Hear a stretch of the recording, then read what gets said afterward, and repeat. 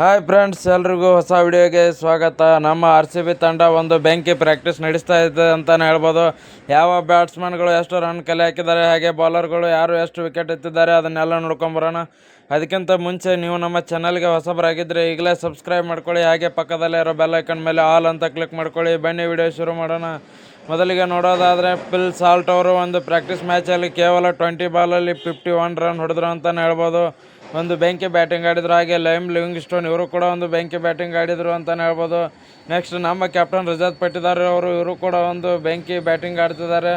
ಹಾಗೆ ಬಾಲಿಂಗಲ್ಲಿ ನೋಡೋದಾದರೆ experience bowler ಆದ ನಮ್ಮ ಭುವನೇಶ್ವರ್ ಕುಮಾರ್ ಅವರು ಒಂದು ಬೆಂಕಿ ಪ್ರಾಕ್ಟೀಸ್ ನಡೆಸ್ತಿದ್ದಾರೆ ಅಂತಲೇ ಹೇಳ್ಬೋದು.